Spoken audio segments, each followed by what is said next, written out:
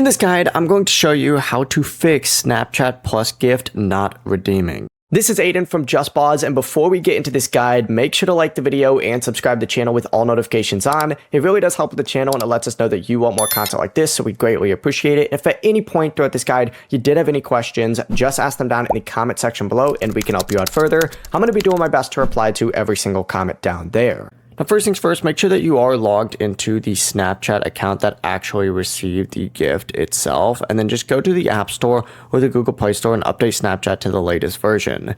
Then reopen up your Snapchat and tap on your profile icon and then select the little Snapchat banner, and you need to go ahead and try redeeming that again. And of course, if it's still not redeeming, fully close Snapchat and restart your phone. Also check whether you already have an active Snapchat Plus subscription, because that sometimes can prevent gifts from being redeemed normally. And make sure the gift hasn't already been redeemed on another account and that you're using an original account it was sent to.